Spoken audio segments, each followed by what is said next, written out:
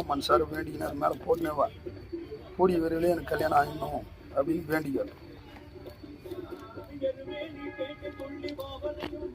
கிரக தோஷம் இருந்தால் நாகத்தை இது போல் வச்சு தான் அபிஷேகம் பண்ணி, எத்தனை வகையான அபிஷேகம் இருக்குது, ஒவ்வொரு ரகத்துக்கும் ஒவ்வொரு ரகம் இருக்கும்.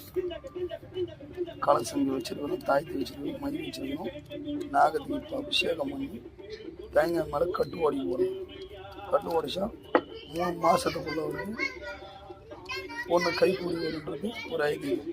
அதே போல் இதுக்கு இது மட்டும் வழிபாடு முறை இல்லை, இன்னும் இதில் மூலிகை வழிபாடு இருக்குது. இது 3 நாள் சாமிகிட்டே வச்சு தான் எடுத்துன்னு போயிட்டு ஓட நதியில் விட சொல்லணும். ஓட நதியில் விட்டுட்டா அது போல் கல்யாணம் கைக்கூடி வராதுக்கு இது போல் எந்திரங்கள் பொறிக்கப்பட்டு மை வச்சு எந்திரம் இப்போ பொறிச்சு இதுக்கு வைப்போம்.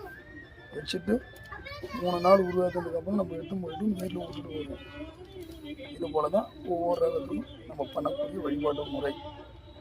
ஓம் நமோ நம சிவாய, ஓம் நமோ துர்கசுத்ராய, ஓம் நமோ பரம துர்காய நம, ஓம் மகா காலபைரவாய நமோ நம.